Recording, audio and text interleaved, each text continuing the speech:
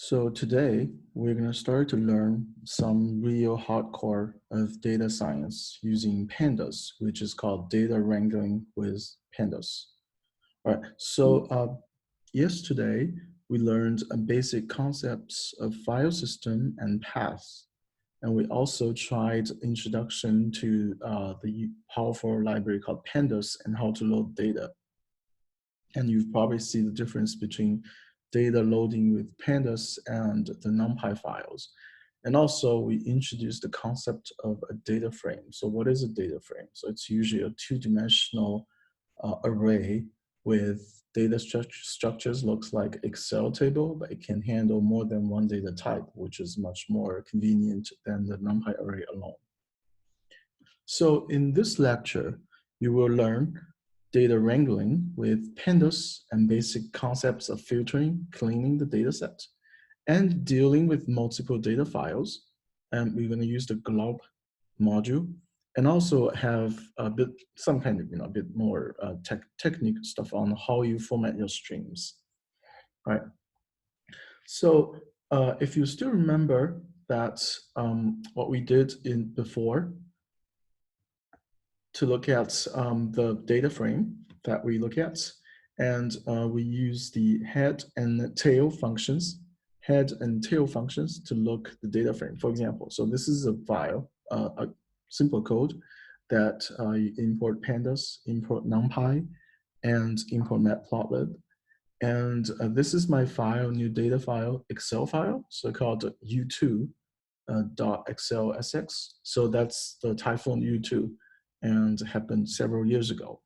And now I'm reading the Excel file into Python using the pandas library. I'm reading Excel, if you still remember the read Excel file. So this function does read the Excel file called u2.excelSX, and it's in a folder called datasets in my current working directory.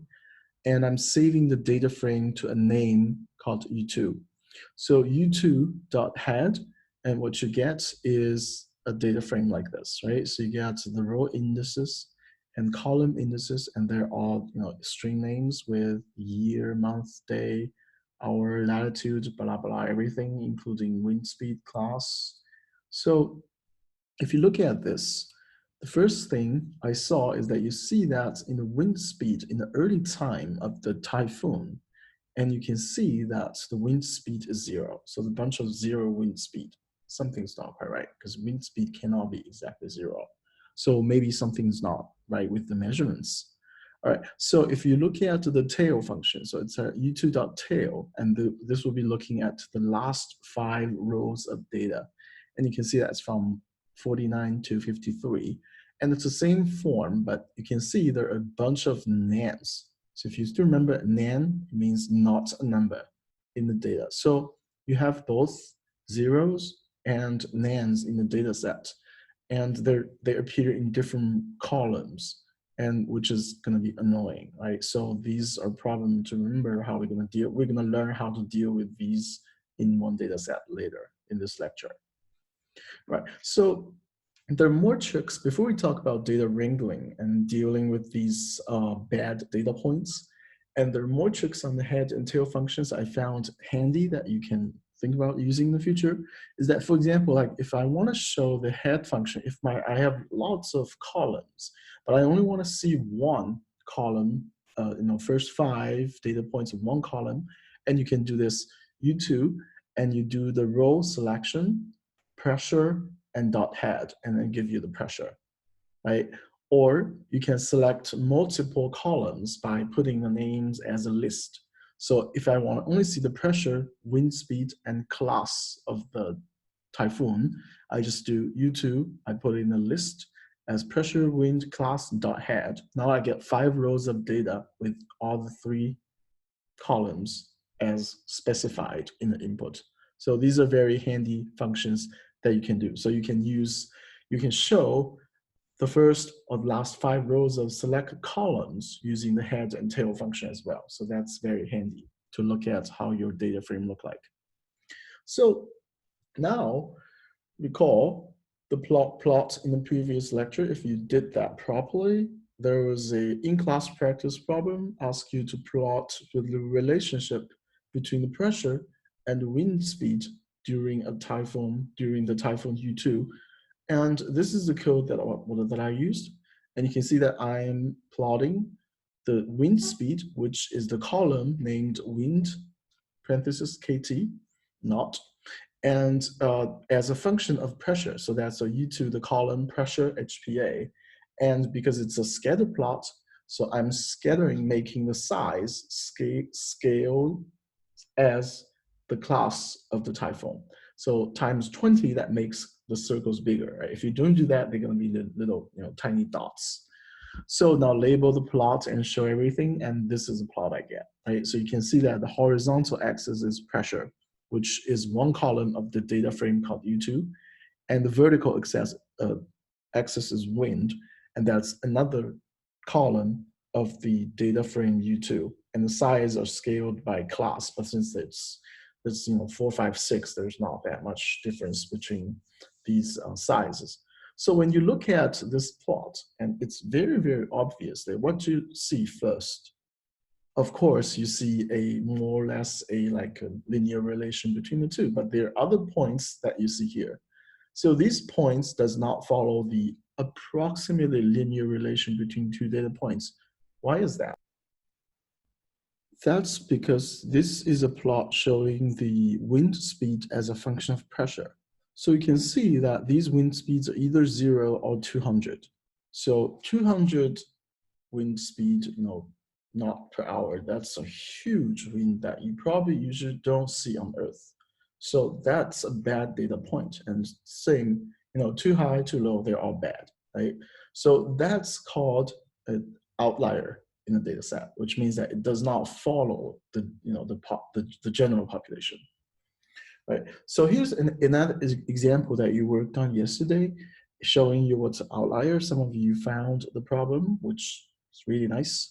And now I have a new data file called gdp_life.csv. That's a very interesting data set showing the data with the GDP per capita and population and life expectancy of lots of countries over years.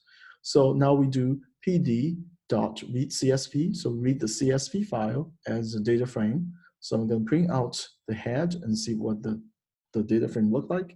Then I do a scatter plot the relationship between the life expectance and the GDP per capita. So plot the relationship between the two and label that.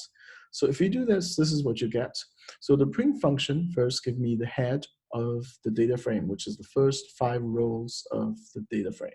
So it's like a 2-dimensional table here, and you can see that the column, these are column names, and these are row indices, and these are data files.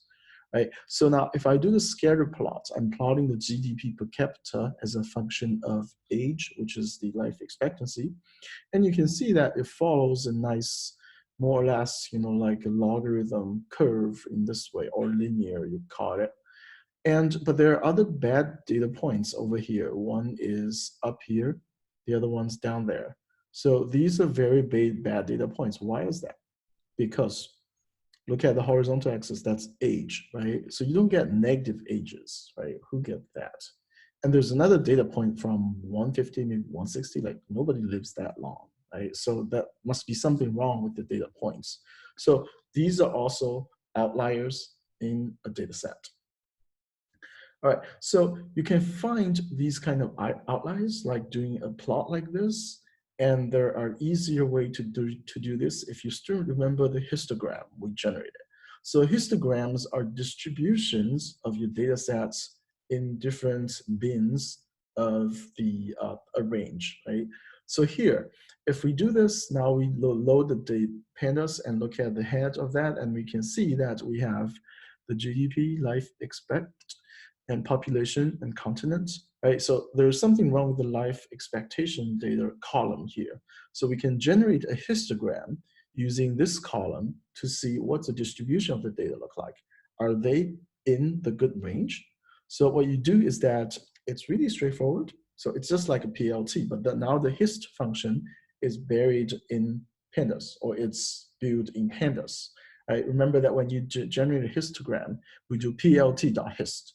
Now you can use data frame to generate the histogram.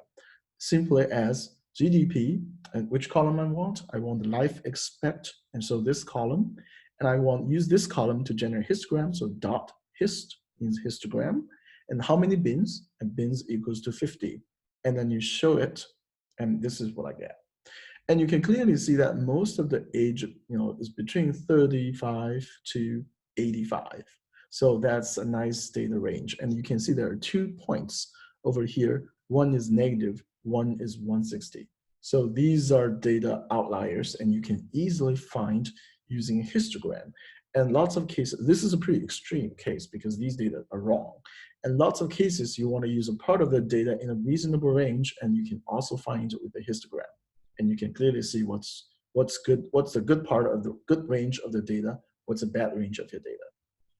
All right, so outliers in data set. So there are lots of outliers, all kinds of data outliers in data set. So typical data outliers, so nans, which means not a number. So these are invalid data or measurements. If it's measured by some equipment, it's possible that during some measurements, the equipment went bad and it was off, and you don't get any data at that point. And zeros are also possibly bad data. Sometimes I don't have any data, so I just set it to 0. And also out of range. For example, age is 160, and nobody lives that long, right? So there must be something wrong. And also non-physical data, for example, negative age, like nobody has negative age, right? Maybe future, when in the Einstein's picture, but not now, not this physical world. And also negative pressure, it's not also not there, right? So outliers, to remove or fix these bad data points in data file, that's called data wrangling. So this is going to be the main topic of this lecture. And it's a basic step towards very sophisticated data analysis.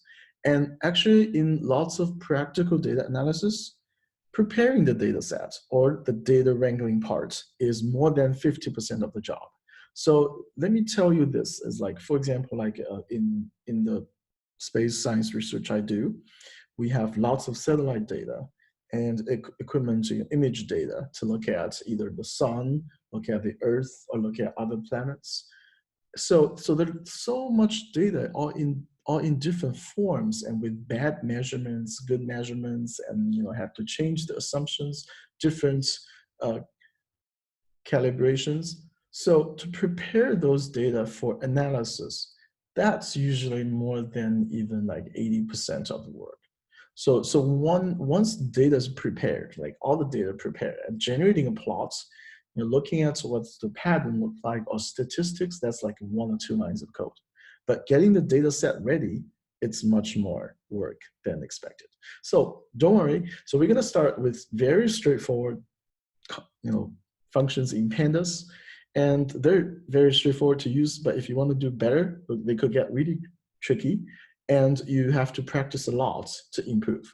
So if you want to be a good data scientist, data wrangling is very, very important step to do well. All right, so let's take a look at something really simple. So remember that in this example, in the U2 data frame, and we look at the tail, which is the last 5 rows of the data, and we found 3 nans, not a number, right? Which means that these measurements on November the 2nd, which is in the end of the typhoon, and the classification is already not available. So these are not available. So how we do it? So the easiest thing to do that is that these are bad data points. So let's just drop these rows. So it's a really straightforward function to do called drop nan function. So syntax goes data frame dot drop na. So let's take a look at example. So now I get to the E2 as the data frame, and I define a new data frame equals to the original data frame called U2 dot drop na, which means I want this data frame, but I don't want anything has nan in it. So if you do that, it's gonna generate a new data frame, drop all the rows, any rows with nans, and save the new data frame, to a new data frame with new name called the u2 no nan. So if you look at u2 no nan.tail, and you can see that 51 to 53 is gone. And it's because there's any row with the drop nan function takes care of that, the rows with nans, right? So that's really straightforward to do. So the syntax is dataframe.drop na. Right. So you can also change the nans to something. For example, like in this row, so the classification is bad, right? It's not nan, but still you have a pressure value, which is probably reasonable. And as a track, this is probably, the typhoon is probably landed, right? So it's already, on the continent, it's still moving, and study the trajectory or track of the typhoon still makes sense. So we don't want these nans, but I want to keep the rest of the data. So how do you do it? So you can say, all right, so the nan is going to cause problems.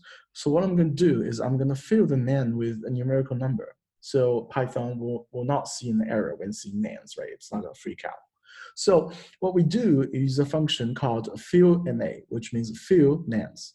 So with the input argument, so the syntax goes the data frame, the name of the data frame, dot fill na, and put in argument. So what you can do here is that, if I do fill na 0, means that I'm going to change all the nans to be zeros. So if you do u2 no nan equals to u2 dot fill na 0, so I'm replacing all the nans with zeros and do the tail, and look at this, 51 to 53, and all the nans become zeros. So, when you do processing with the class, and you won't see an error sometimes, right? So that's also very straightforward to do. So the third one goes slightly more complicated, and it's actually the filter inappropriate data points. So let's go back to this plot, and you can see that this is the plot between the pressure and the wind speed. And we discussed that we have two outliers here. So in the Typhoon U2 data, it is clear that there are a couple of outliers in the wind speed, 0 and more than 200. So these are not physical data points. So how are we going to do it? So I want these good data points, but I don't want these outliers. So I need a range to select my data within the range. So that would be a good range to choose, right? So I only want to keep the data in this range. I don't want anything below this point and above that point. And think about this, how we do that.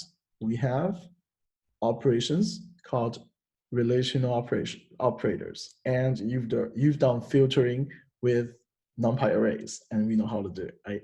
So here's what we do. So the NumPy array, so the first one, easiest one, or the most straightforward way to do it is that using the NumPy array method, which is called column access. So here we go. So we have the load the data frame called U2, and I dropped nans. I don't want any nans in this way. So now I use the relational operation to define an index, which is all Booleans, and using the wind column. So let's take a look at this this expression. It looks slightly complicated, but it's very straightforward. So first of all, look at it. So U2 wind, which means I'm selecting a column of the U2 data frame, which is the wind speed, and it's greater than 0, right? So this is going to return false or true, whether it's greater than 0. And the other one is the wind speed less than 150, right? So it's also false and true. And remember this AND operation, which is the logic operation. So this expression is going to return true only if both of them are true, because of the AND operator. Right? So when the wind speed is less than 150 and greater than 0, so this is true. So now this data good gives me a index Boolean list of Booleans with whether true or false, right? So if it's only true that the wind is between 0 and 150. So now I'm gonna using this data good index to select the data points, which is really easy. So remember that this U2 pressure, that gives me the column from the data frame. So I'm only accessing the data frame that with this index called data good. So if it's true, I'm getting the data and save it to pressure. And I'm do the same thing to select the wind and class in this case. Now the three variables, pressure, wind, class, they're all NumPy arrays, if you take a look at them. And they all have the same size because their indices are all determined by this array called data good. And data good is only filtered based on the wind that's between 0 and 150.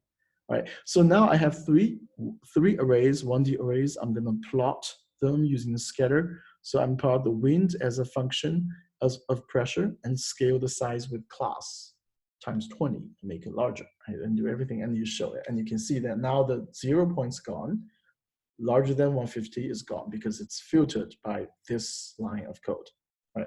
So just a summary, how we do the filtering based on numerical values, we select a range. So we load a file into Python as a data frame, and now we remove all the nans because we know that there are nans. And then we use a relational operation to set conditions for good data points. Here, it's based on the range of the wind speed, right? Then I apply the conditions to the column data, use index slicing. So this is the column of data, and that's the index. So this is exactly the same as NumPy or list index slicing.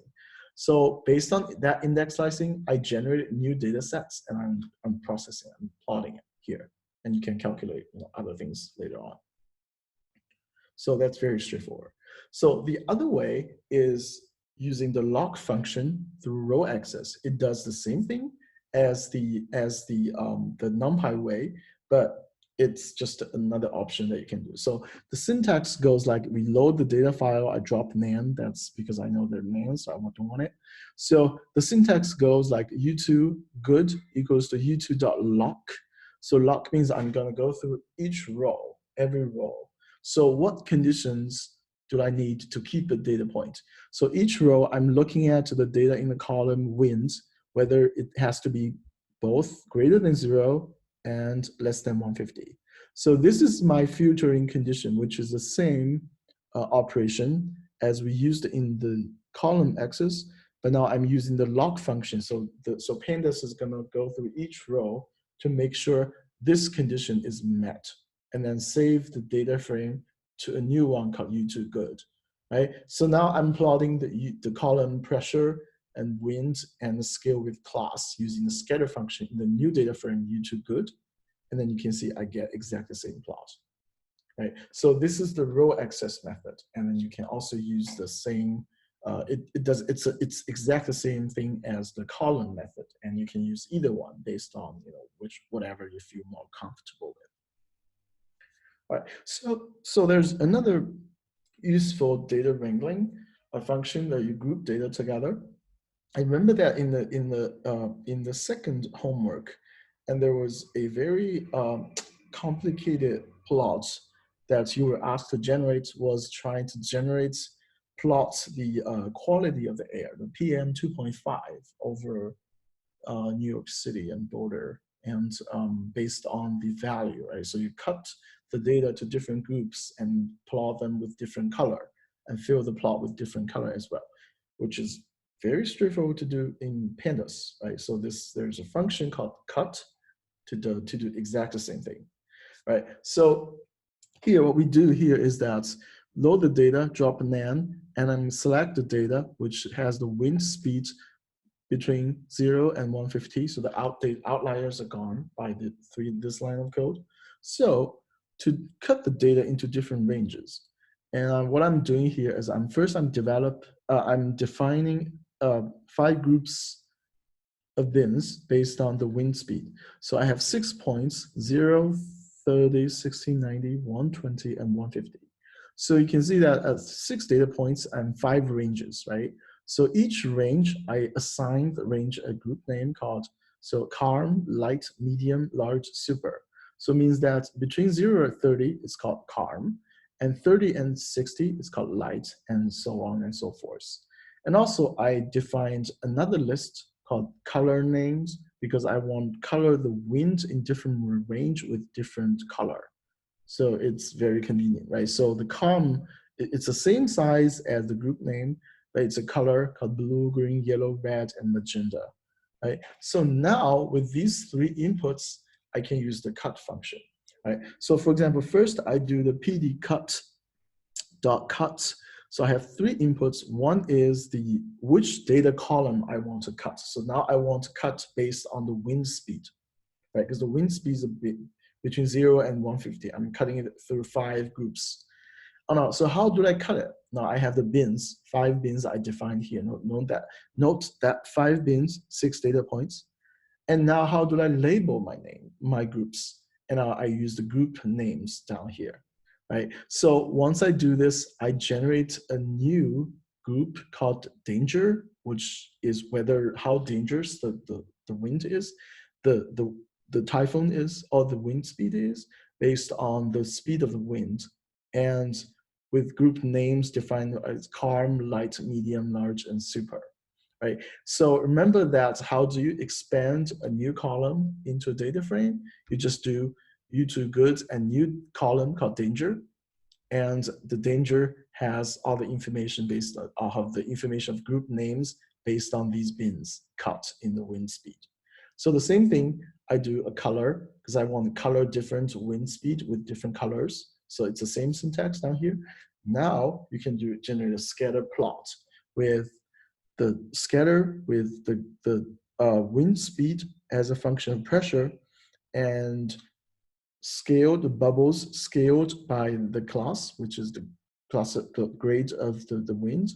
And now you can specify the color based on u2good.color, right? So each wind in a different category will be colored with different colors and used based on your definitions here. So this is what you get, right? So now you can see that anything between 30 and 60, that's green. 60 and 90, that's yellow. And 90 and 110, 120, that's red. So you can see it's exactly down this way. So if you look at the data frame and u2good.head, and you can see that besides the existing data frame, I have 2 more range columns. One is called danger, how dangerous it is. The other one is color. So both of these are columns and generated by the cut function and based on the wind speed and defined by the category or the groups and bins based on your own definition, right? So this is the cut function. It looks slightly more complicated, but if you think about this, how you use the cut function to generate the air quality plot, it'll be something like this.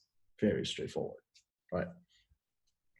Okay, so you can also filter rows based on conditions. And remember that we tried to filter the wind speed based on the whether the data is physical or not, but you can also select a subset of your data point for processing. For example, here is our new data set. It's an expanded data set, the GDP versus life expectancy, which is a full data set.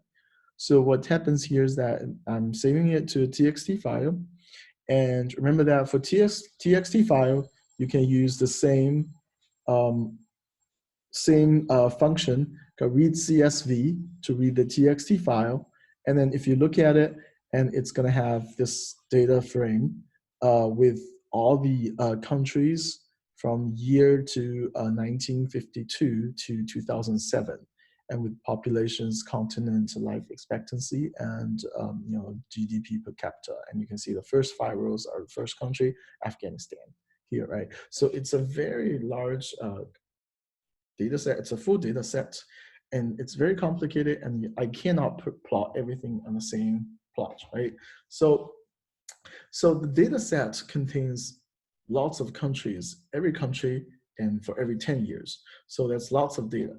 But if I want to only look at 1 year or 1 continent, and this is the way you do, right? So you do by year, and you do a GDP and which column I want, and you can see GDP.year equals to 2007, right? So if you still remember this, so GDP.year will be select this column, and year equals 2007, double equals 2007, that's a relational operation to see whether this is true or not. If it's equals 2007, it's true, otherwise it's false. right? So now you put this into the square bracket, that's index slicing. So that's the column method of filtering. So now you can select the column based on the name of the column index. And with this index slicing, so I'm selecting any column that has year equals 2007. So the same idea, I'm selecting this one, I'm selecting any continent with the continent Asia, right? So now these new data sets are only with either year 2007 or either continent Asia, right? So let's take a look at this code. So I load the data file, load the CSV file, and I'm selecting GDP per cap. So that's the GDP dot GDP per cap. So GDP is the data frame. So GDP per cap will be selecting this column. So the dot GDP per cap or the square bracket index name, that's the same thing. So now I'm selecting all the data with year equals 2007. So in this case, what does that mean? The GDP PC means that I'm only going to have the GDP, all the data rows, all the rows with year equals to 2007. I'm going to have the GDP per capita with year equal to 2007.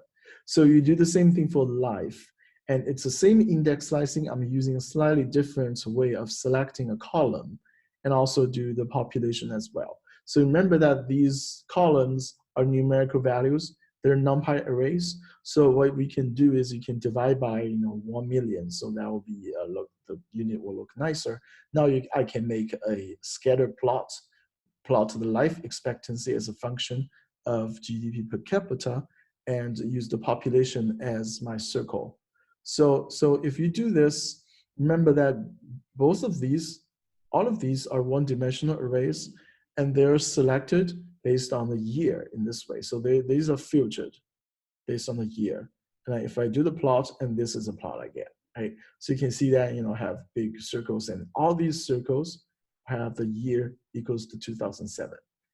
And this is very straightforward how you plot a subset of the data, which makes sense.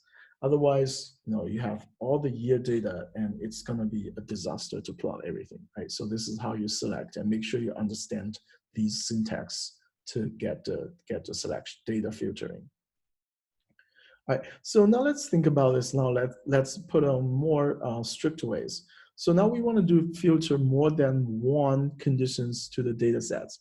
It's exactly the same idea, just doing by combining the conditions together using the logical operators, right? So for example, I want to plot the GDP per capita, life expectancy as a function of GDP per capita only for Asia in 2007. Right? So now I select the column of GDP per cap with two conditions. One is year equals 2007. The other one is the continent equals to Asia. Right? So you can select 2007 here and continent equals Asia. So any other North America, Africa, Europe countries, they're all ignored. And any any rows with year not equals 2007, that's also ignored. Right? So you do exactly the same thing here. And then you can do the scatter plots, and you plot to the life, which is the life expectancy filtered as a function GDP PC. So that's the GDP per capita filtered, and using population as my scale, and also colored with red. So alpha equals 0.5 is alpha means it's setting to be transparent. So zero means exactly transparent, and 1 is not transparent at all. So 0.5 is somewhere in between. So you can see that, you can see some circles points are behind India, and there are overlaps between the two. So that's how, just a little trick to make it look nicer. And so this is how you can do a filter rows based on conditions, and also called subsetting. All right, so think about this. If you need to generate a plot for each continent, and of course, you can rewrite this code with Asia, Europe, Africa, and all. But what's the best way to do it? Can you do that? Loop over every continent and plot every continent using different color. So up to now, we have been only working with one single files, either a TXT file or Excel file, and put those data into individual data frames. And sometimes we will need to process a bunch of data sets from multiple files. For example, I have 100 Excel files of 100 Typhoon data to put it together. So how do we do it? So one thing to combine data sets together, and then you can type in the file names of each individual data file and copy and paste the codes for doing the same thing, right? For example, if I want to create a data set with everybody's grade. So I have three grade books called Data 1, Data 2, and Data 3. So the grade books all have names, ages, and the grades of each student, right? So now I want to put them together. So what I do here is I generate a data frame, read the data 1, and then give the data frame called df. And then I use a command called append. So all data is the empty data frame I created. So I append the first data frame in df, and I ignore the index equals true. I only want the data. I don't want an index in this way, right? So add to that. Then I read in the second grade book called data 2, and I give it to df. Now df is replaced by the data in data 2, and I append it to that. So now in all data, before you do that, you get the data from the first grade book, and then you do this append, and then the second grade book is going to be appended at the end of the first data frame. And then you do the same thing for the third one. And then if you look at this, all data, it has the names, ages, and grades of everybody, right? So the long way seems to work fine. You just copy and paste the code. So what's the problem here? It's too easy, must have a problem, right? So the problem is that it's too easy, and which makes it too difficult to use. It works fine for now. You have 3 data files. What if you have 3,000? Are you going to copy paste 3,000 times? You can possibly do it, but it's not very efficient. What if there are like 10,000, 3 million data files, right? You can't do that all the time. So there's a short way to do it, and which is called the glob module, and let Python do it automatically. So how we use it, and this is a module that's built in, so you don't need to install it like base map. So you can just do import glob, and you can see that now we do use the function called glob. So the glob module, there's a function of glob, and you can see that what I do here is glob. I'm telling the function where my data files are. So they're in the directory called the datasets / and data star.xlsx. So data star is a recursive way of saying what the data files all look like. Because remember that my data files will be data 1, data 2, data 3.xlsx. So star means everything. So which means that I'm telling the glob module to look for data files in the folder called datasets in my working directory. And the pattern of those files will look like, it starts with a word called data. And then whatever followed by data, it doesn't matter, 1, 2, 3, 4, of 2000. And it ends with .xlsx, it's an Excel file, right? So if you do that, and the glob module is going to go to this folder and looking for patterns of those data files look like this specification. Pay attention to the star, it's very useful.